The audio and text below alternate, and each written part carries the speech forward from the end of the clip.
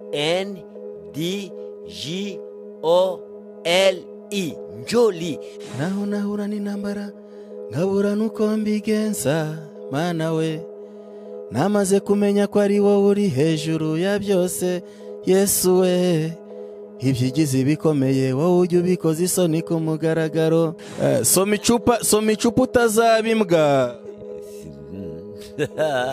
Usibye wowe ariko se ibintu binsetsa nuko atajya asenga nuko Jado Bikeri Nimpyisi Bikeri I don't know amazina nkayo ntabwo ushobora kwita umwana wanjye Bikeri nde Bikeri nka yose ni kimwe Bikeri nka Bikeri Nimpyisi tusa ndamwumva muri iki gihe hageze okay nawe n'umwana mwiza burya ngo amahirwe umugisha nawo uraza ukabona amahirwe umugisha nawo uraboneka ukawukoresha nyuma n'amahirwe ukakoresha. None ndashaka kukubaza ku muntu bita Dekate. Yewe bravo Dekate ni shyanjye ntabwo mbihisha ni Kanyombya none se ntabwo yewe Kanyombya izakora ishyano.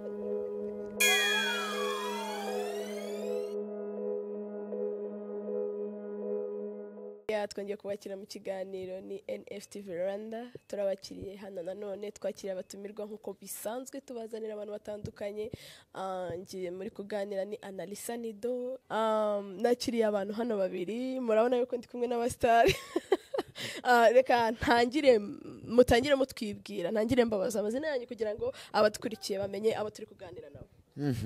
Ibyo byose nyine izina rirazwi rwose ni Kayitankore Njoli. Ushatse kwandika Kayitankore wandika Kayitankore ukandika attention n'iryo zina ntabwo ari izina ryahangaha risanzwe abantu bose baryitwa ni Kayitankore Njoli ukandika Njoli N-D-J-O-L-E Njoli ni izina ryo mu mahanga kuko twebwe ntabwo twabaye mu Rwanda cyane twabaga mu mahanga nicyo gizima burya ngo umuturanyi nundi barasa nangwa se ngo abaturanyi babyana abana basa nicyo tuba twiswe Kayitankore Njoli ni ukuvuga ngo twaturanye n'abanyamahanga nicyo tuba twifuje kubana nabo neza dufata n'amazina y'abana babo dufata amazina yabo turayita. Murakoze. Aka Kanyombya twakiriye Kanyombya hano hantu ariko ibumoso bwanjye hari undi muntu nawe watwibwira. Ndashobora kwivuga nka Kanyombya mbaye kapela naho nahura n'intambara nkabura nuko mbigenza mana we namaze kumenya ko ari wowe uri hejuru ya byose Yesu we ibyigize bikomeye wowe ujya ubikoze isoni ku mugaragaro ukagaragaza imbaraga zawe ibyo bikampa umutuzo bimpa umutuzo bimpa umutuzo. Soma icupa utazabimbwa. Sibwo mbaye nkawe.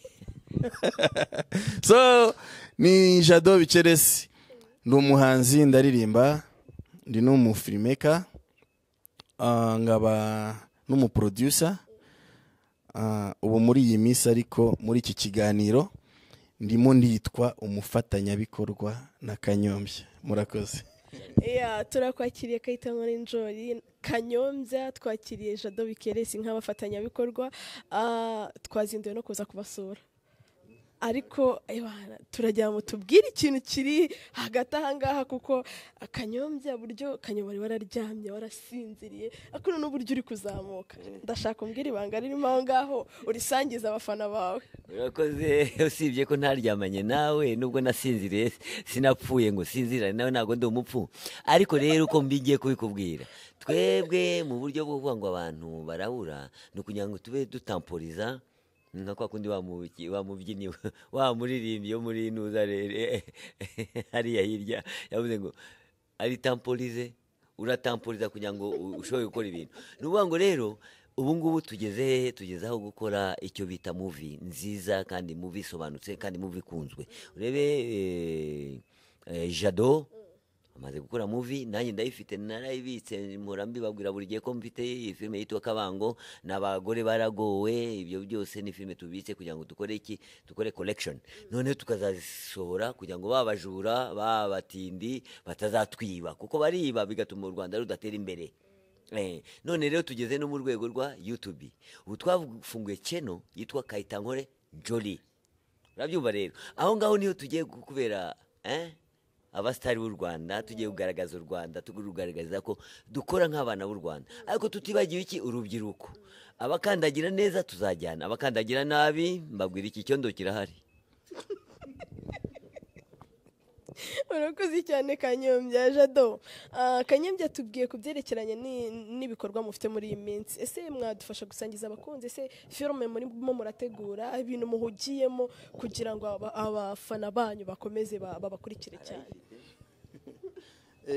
na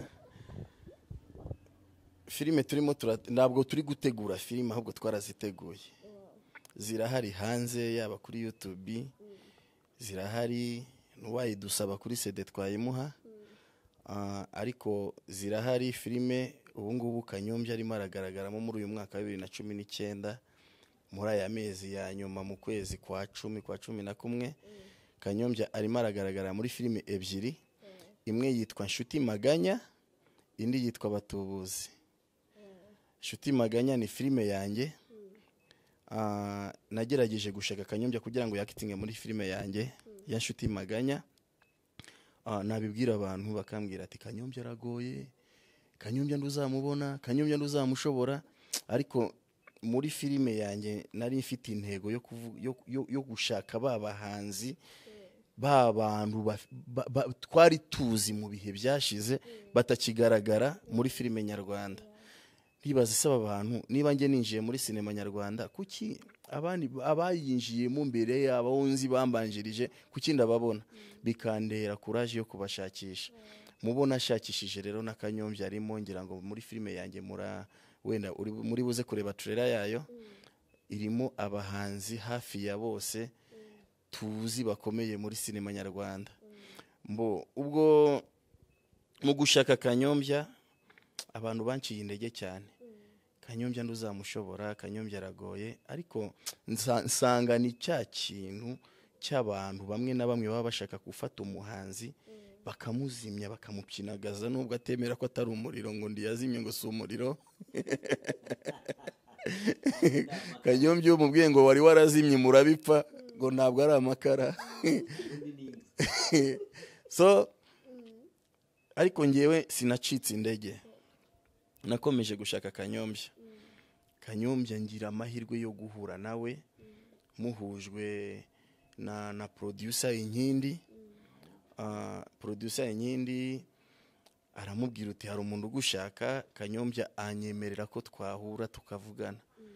Yanciye agafaranga gafatika, byo sinakubeshya, ariko mu by'ukuri niba dufite impano tugomba no guhesha agaciro impano zacu.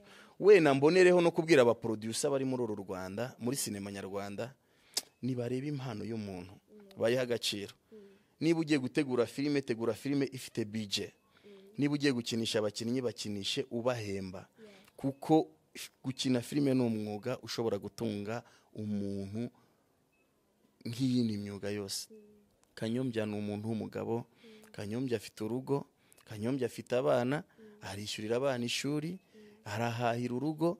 Kumubwira ngo ngwino nkinire muri filime yanjye kandi sindi bukwishyure, urumva ko kandi ari yo mpano ye, ariko kazike, urumva ko ntabwo buri kuzamura impano y'umuntu muri sinema nyarwanda. Ubwo rero twarumvikanye, ngerageza kumubwira budget yanjye uko ingana, arangije arambwira ati nta kibazo, ayo tuvuganye yambe ndayamuha. Nanayamuhaye mbere y'iminsi 2 yuko aza kwakitinga, ariko abantu bakanca indege ati nduyamuhaye reka uzamubone.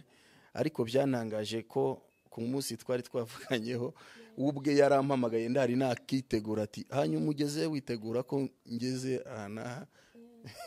Sanga Kanyombya ni umuntu utagoye, ahubwo ari babantu baba bashaka gukinagaza umuntu. So nyuma yaho yakitinze muri filime yanjye bwa mbere, umunsi wa kabiri nyuma yaho turicara turi batatu, ni njye na Kanyombya na producer nyine yari nawe cameraman w'iyo filime, ni nawe wiyeditinga Nshuti Maganya. Turicara turavuga ati niki twakora kugira ngo umuntu nga Kanyombya mu by'ukuri agaruke muri industry. Abantu birirwa babaza Kanyombya arihe, ariko hari abantu bamumbazaga nk'abantu bo muri diaspora, barambazaga ati abakinnyi bose ko mbona ubafite, kuki Kanyombya we tutamubona? Nicyo cyanteye courage yo kumushaka. So dukora gahunda, turamubwira ati Kanyombya rero reka dukore channel dushyiraho filime yacu, ariko iyo channel yawe tusaba Kanyombya ko yafungura channel ye. Arayifungura Kanyombya akayita Nkore Njori, ari yo mazina ye. Channel arayifungura, dutangira dukora projet, dukora episode ya mbere tuyishyira kuri iyo channel, irakundwa. Dukora episode ya kabiri tuyishyira kuri iyo channel, irakundwa. Tubona abantu barimo barayitabira, tubona subscribers zirabaraza. So nyuma yaho ni kuvuga twicaye turabatereka dukore noneho movie ifatika. Dukora filime yitwa Batubuzi. Filime yitwa Batubuzi ubu ngubu yamaze gusohoka, episode yayo ya mbere ni igice cya 8 cya projet ziri kuri channel ya Kayita Nkore Njori. Wow, byiza cyane kabisa. Kayita Nkore Njori, kugeza ubu ngubu ufite YouTube channel kwitirirwa, ufite Instagram ngira ngo Instagram nayo yarayifite, yitwa Instagram ye yitwa Kayita Nkore Njori, ariko hasi hakaba handitseho ngo Kanyombya nyawe. Kanyombya, noneho reka tuvuye muri sinema gatoya tuze mu buzima busanzwe. Ese Kanyombya bundi ubusanzwe muri societe abantu bundi bagufata gute? Abari kukubona ubu ngubu uzamuka kandi imbere bari nyine basa nkaho bari barakubuze, kugeza ubu ngubu uri kwakira feedback zimeze gute? Kufata ngo wamfata gute? Nagufata ushobora kumfata uko ushaka. Umfata uko nshaka. Nuvuga ngo nicyo gituma rero nshaka kubwira ko ibyo avuze ko babandi bavuga ngo arabuze muri mu byerekeranye na industry zabo, industry wagira ngo ni societe cyangwa ni cooperative, ariko simbura ndahari. Abambona mu muhanda, abambona turi muri meeting, abambona ku muganda, abambona dukurikira ibikorwa bishobora kuba bikorera u Rwanda kugira ngo dukore iterambere. Ntago nabuze, biriya no kwibeshya. Hari ikindi yavuze ngo ni ugusebya. Hari abantu basebya bagapfobya kubera ko bashaka kugira ngo batere intambwe, barenge umusozi nangwa barenge urutugu. Ntibishoboka, never, impossible, ntabwo bishoboka.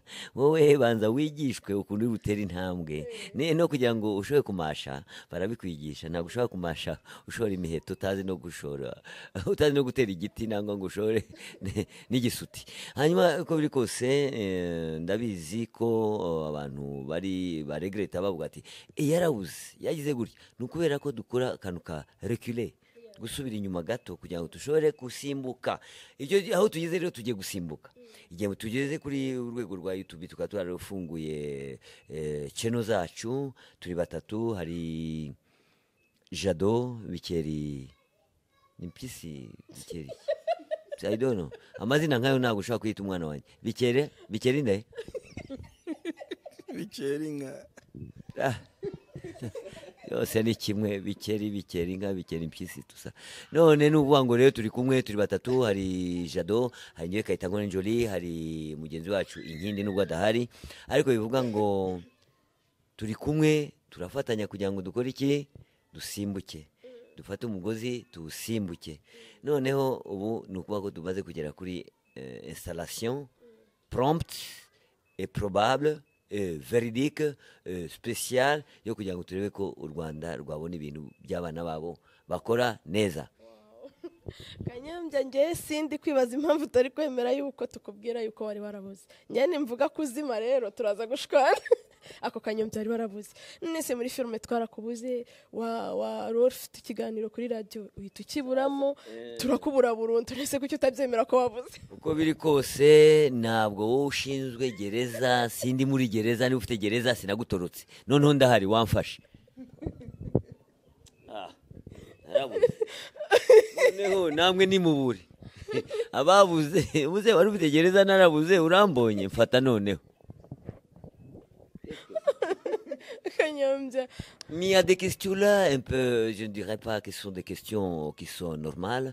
Kuvuga ngo umuntu yarabuze yatwawe nande, hari abashimusi bamutwaye se. Kanyombya urakoze cyane. None nagira ngo nkubaze, ese Kanyombya undi mu buzima bwawe busanzwe ni nk'uwuhe muhanzi ukunda mu Rwanda? Ni abahanzi ni benshi, nk'abahanzi ukoze nami ndamwanga. Ugeze kuri au gré de kugera mu rwego rwo kugera kuri step kuninuza kuri stage nziza ndamukunda. Ubu ngubu ngiye ndi kumwe na Jado ndamukunda, ni umuhanzi wumvise indirimbo ze, kandi iyo ndirimbo turi kuyikoresha mu rwego rwacu rwa YouTube.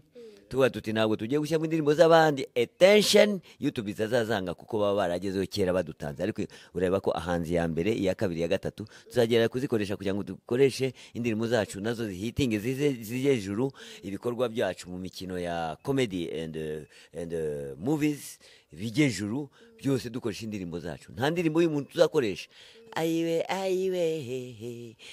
iyo ntabwo ari yacu, no. Kanyombya hari umuntu ufite bakunze kwitirira igisupusupu, uwo muntu uramuzi? Ndaguseze cyane ngugira gereza naratorotse sha wacu. Igisupusupu uramuzi? Ndamwumva muri iki gihe ahageze. Okay. Nawe n'umwana mwiza, burya ngo amahirwe umugisha nawo uraza ukabona amahirwe, umugisha nawo uraboneka ukawukoresha, nyuma n'amahirwe ukakoresha. Gisupusupu n'umwana mwiza, iwabo sikira mu ruzi. Nari ndiyo ejo bundi bambwira ukuntu gisupusupu yateye hariya yabayeho. Hari ndi burimo umukecuru wacu witwa hariya bya biryo baryaga bya 200 ngo ni kwa mwambiri kwa mwatatu. Gisupusupu ndamukunda pe. Ndamukunda ni mama, ndamukunda ateye imbere mwimusuzugura shasigira izirigiye, umugisha uzirigiye, inkono ihirigiye. Iriya ni chance rero, nta kumupfobya nta kumusebya. I can't, ntago nshobora. Kanyombya, none ndashaka kukubaza ku muntu bita Dekate. Yewe bravo. Dekate ni inshuti yanjye. Niba ari hehe, niba ari muri Angleterre mu Bwongereza, ariko Dekate ni inshuti yanjye, anteza imbere, amfata neza. Kuseka harasamye, harasetse sasa, sibwo asetse, sibwo yasamye, sibwo bimusekeje. Dekate ni inshuti yanjye, ni umwana mwiza, anteza imbere, kandi mukundira ko twigeze kugira ikibazo agerageza kukirwanaho. Icyo kibazo ni ikihe? Uzi ko Asiya yigeze kugira ibibazo mu minsi ishize, ariko yageze kubitsinda. Imana iradufasha, abantu bose bajya ku murongo, kuko bari batangiye kumupfobya, ariko nabo bagiye ku murongo. Burya umuhanzi ntagapfobya undi. Wahanga igisupu, wahanga igisose, wahanga amazi y'ibishyimbo, byose ni kimwe, upfa kumira gusa bikagera mu nda. Kanyombya, none ndagira ngo cyangwa igipotaje, byose nicyo kimwe, ni ibintu bifite. Kanyombya, none nagira ngo nkubaze, mu myaka ishize itari myinshi twigeze kubona ubukwe bwawe. Tubona ubukwe bwawe rwose na Kigali yahagaze kubera ubukwe bwa Kanyombya. Se Kanyombya, mudamu wawe muracyari kumwe? None se uravuga ngo Kigali yahagaze? Buriya nashaka kugira ngo nkufaminge ko ngomba guha umugore wanjye agaciro muri leta, nkavuga ko ndi umunyagihugu w'umunyarwanda n'umunyarwandakazi, witwa Umulisa Janine, nanjye nkitwa Kayitangwa Jolie. Nshaka kugira ngo ndebe ko namuha agaciro nk'uko umugore w'agaciro, kuko umugore ubana n'umugabo batakoze ibyo ngibyo nyine, badakoze badashyingiranywe, mu buryo bwerekanye n'amategeko ya leta aba ari babandi nyine noneho ni ukuvuga ngo njye nashatse kumuha agaciro ubu se kuvuze ngo Kigali yarahagaze none se ninjya gukora urwa kiliziya Kigali izahaguruka nangwa izasutama okay thank you abazabona rero bazasutame basutama bapfukama bakora ibiki bugiye kuba nta kibazo rero ndabuteguye mu mutima wanjye kandi ubasha nibuza ngira ngo ndikwe n'inshuti zanjye ndikwe na Jado ndikwe na n'inkindi n'izindi nshuti ziri hirya no hino zizamfasha kugira ngo nshobore gutegura ubwo bukwe ko zaba buryoshye kandi maze kugira ngo nereke Imana ko nabwo nashyingiranywe mu buryo bw'amategeko y'Imana hari ubwa leta hari ubw'Imana ko baravuga ati donner à César ce qui est à César no kugira ngo twerekeye leta yacu ko natwe dufite igihugu dukunda mais le pays byo nabyo tugomba kwikoresha none Kanyombya mu minsi yashize hari nta interview nigeze kubona wakoze ufite bodyguard se bodyguard yawe iri hehe none yabwerabweye sinzi aho yagiye yananiwe gucunga shebuja sekirite yake ubu se ni sekirite yande noneho sekirite yawo yake yabo ubu ni sekirite yabo ubu se ko atacuza ari yabwerabweye ariko ndagira ngo mbanze mbwire abakunzi ba sinema nyarwanda ndabasuhuza cyane ariko mbasaba banadukunde dukundane twunge ubumwe ngasuhuza abanyarwanda bose muri rusange ngo bagire bate subscribe abonnement so mbwira abanyarwanda bose nukuri mukunde ibihangano by'iwacu niba leta y'ubwayo iri guteza ibintu bya made in Rwanda na filime zacu rega ni made in Rwanda so nibakunde sinema nyarwanda badufane badukurikire ngubu dufite gahunda yo kwegera abaturage tubereka Kanyombya nyawe mu gihugu hose mu ndara hose turashaka gutangira ibitaramo mu cyumweru gitaha nekereza ko igitaramo cya mbere kizabera hano muri umujyi wa Kigali turagitegura neza bazatwitabire ikindi umuntu ushaka kureba ibikorwa bya Kanyombya najye kuri YouTube channel ya Kanyombya yandikemo Kayitankore Njori arahita abona ibikorwa byacu ni mukore subscribe ujye kuri channel ya YouTube wandikemo Bikeresi TV aho ngaho urahasanga ibihangano bya Kanyombya ni ukuvuga ngo ni channel ebyiri zirimo ziracaho ibihangano bya Kanyombya hari Bikeresi TV hari Kayitankore Njori so izo channel zombi nizo ziri gucaho ibikorwa bya Kanyombya nasaba abanyarwanda n'abadukurikirana ku isi hose kuko ndatekereza dufite abafana ku isi hose niba following Kayitankore Kanyombya nyawe kuri Instagram ikindi bakore subscribe ku izo channel zombi niba bakunda Kanyombya mu by'ukuri badukunde NFTV Rwanda ubu ngubu aba batumirwa twari twabazaniye nukuri twagira ngo tubabohore nabo basubire mu mirimo yabo natwe tugende twasanze muri mu kazi turabashimiye cyane by'umwihariko kuba ntabwo twari tuboshye iryo jambo ntabwo ryemera ngo tubabohore ni mubohoke ntabwo najya mu kiliziya gusenga ngo padiri arambwira ngo tubabohore mugende ngo ku izina rya Data ntabwo ari kumbohora ntabwo mboshye ahubwo reka tubabwire tuti niho tugejeje yewe ibibazo bibaho ntago mbohoka bohora uyu nguyu okay reka dusoze niko kumbwira ngo ndi umurokore ni murokore ngira ibyaha Kanyombya turagushimiye cyane urakoze nawe nukuri turagushimiye ko witabira ubutumire bwawe ikintu gizeye nuko ariko kubyibushye tamata mareze wagira ngo ni Afurika yose yatumbye niko wagira ngo ni Afurika yose yatumbye ikibero kimeze nka Amerika hano ku ivi ni danje wagira ngo ni South Africa